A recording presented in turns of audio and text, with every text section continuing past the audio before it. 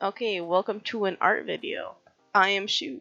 That's what most people call me, and I'm gonna talk about the things that you can do when you're bored in class, and just bored in general, I guess. Some bad stuff that you're feeling that day, and turn it into doodling in your notebook. But obviously, finish your work first. You don't have to be an artist to doodle. You can just do these just because. All you need is a pencil and a paper. You don't even have to use your notebook if you don't want to.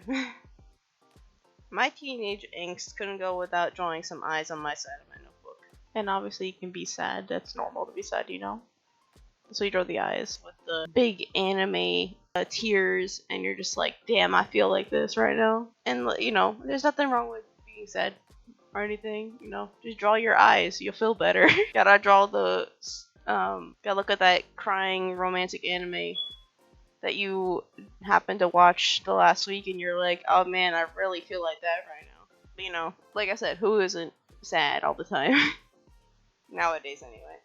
The second thing is drawing some cutesy stuff. And what I mean by cutesy stuff is that you'll see all these little, these kawaii books, how to draw kawaii books, and like Five Below and stuff like that now.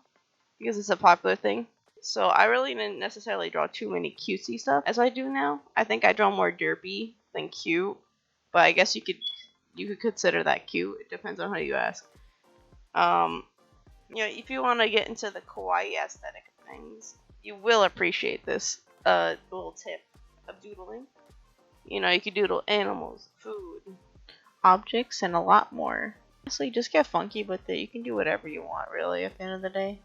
So, start doodling in that sketchbook of yours. Moving on to the next one, we have heads. If you've ever been stuck in a math class and you've had to learn proportions, you know my struggle here. And why not learn some head proportions while you're at it? So this is what we're going to work on in our notebook, yeah. And, if you're gonna work on your proportions work, you may as well work on some of your art proportions. Who's to say that's wrong if you get your work done, right? So once you finish your work, you can get back to using those eye proportions to your advantage. You can just use that eye drawing that you had from earlier. Feel free to add some details to your liking and just play around with it, really. That's whatever you want to do.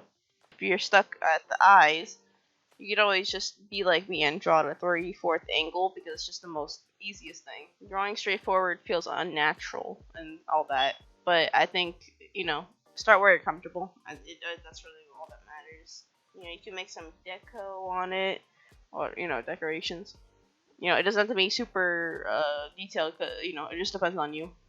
Cause I like to make things detailed no matter where I'm drawing them. At the end of the day, it's all about personal preference. So just enjoy yourself. Next one is number 4, which you might be familiar with, which is fan art, and you see a lot of that going around. And this is probably one of the easiest things to doodle when you're bored. Back on the internet. And what other way to take up your boredom and creativity is to draw fan art, which is the easiest thing you can do. So yeah, drawing fan art, you could draw in the style of the show. I used to draw in the style of the show. You could draw your favorite YouTuber too. My favorite YouTuber is 𝚂𝚢𝚢𝚋𝚜, one of my favorite YouTubers, just like art wise or animation wise. You could draw someone like PewDiePie or Markiplier, all that stuff. I'm just saying what I like anyway. Whatever you like at the end of the day. And you can draw. The whole point is to do whatever you like, and if you want to practice, you can practice. And drawing in the style of the show is a big way to do that one. You'd be surprised how easy it is to actually draw stuff that you're interested in. It's kind of wild, honestly.